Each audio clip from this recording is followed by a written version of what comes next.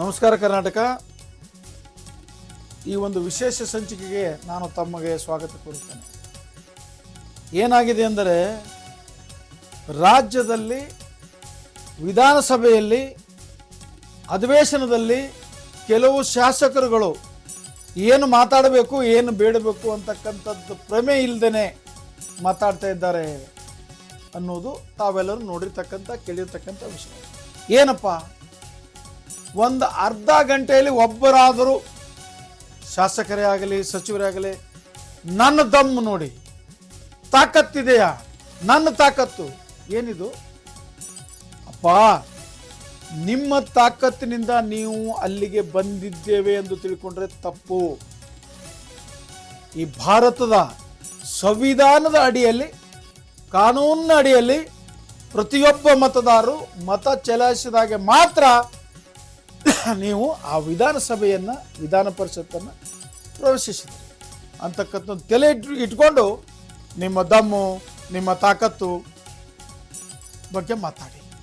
ನಿಮ್ಮ ದಮ್ಮು ತಾಕತ್ತು ಯಾತಕ್ಕೆ ಬೇಕು ಅಂದರೆ, ಆ ಮನೆಯಲ್ಲಿ ನಿಮ್ಮ ಮತಕ್ಷೇತ್ರದ ಜನತೆಯ ಒಳ್ಳೆಯದಕ್ಕಾಗಿ, ಅಭಿವೃದ್ಧಿಗಾಗಿ, ಆ ಒಂದು ಮತಕ್ಷೇತ್ರದಲ್ಲಿ ಏನು ಕುಂದ ಕೊರತೆ ಇದೆ ಅಂತಕ್ಕಂಥ ವಿಷಯದ ಬಗ್ಗೆ ನಿಮ್ಮ ದಮ್ಮು ತಾಕತ್ತು ತೋರಿಸಿದರೆ ತಮಗೆ ಶ್ರೇಯಸ್ಸು ಬರುತ್ತದೆ ಸ್ವಾಮಿ. ಮೊನ್ನೆ ಆಯಿತು, IPL ಪ್ರಾರಂಭ ಆಯ್ತಲ್ಲ, ಒಬ್ಬ ಶಾಸಕರು, ಯುವ ಮಿತ್ರರವರು, ಒಳ್ಳೆ ಶಾಸಕರಿಂದ ಹೆಸರು ಪಡೆದಕ್ಕಂಥವ್ರು ಫ್ರೀಯಾಗಿ IPL ಟಿಕೆಟ್ ಕೊಡಿಸಿ ಸ್ವಾಮಿ ಅಂತ ಭಿಕ್ಷುಕರಂತೆ ಕೇಳಿದರಂತೆ.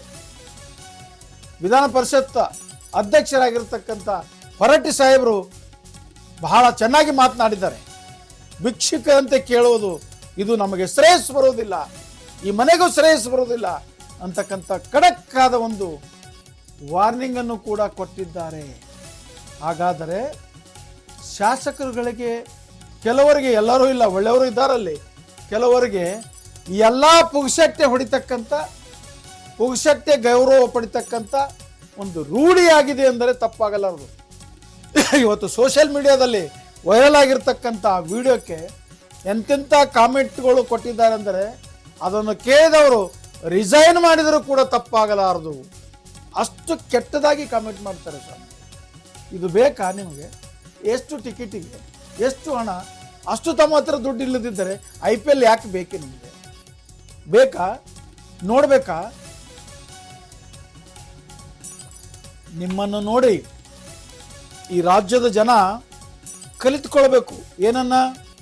ಪ್ರಾಮಾಣಿಕತೆಯನ್ನು, ಗೌರವದಿಂದ ಜೀವಿಸುವುದನ್ನು, ನೀವು ಮಾತಾಡ್ತಕ್ಕಂಥ ಒಳ್ಳೆಯ ಮಧುರವಾದ ಪದಗಳನ್ನು, ನೀವು ಮಾತಾಡೋದನ್ನು, ನೀವು ನಡೆಯುವುದನ್ನು ನೋಡಿ ಈ ರಾಜ್ಯದ ಜನ ಕಲಿತುಕೊಳ್ಬೇಕು.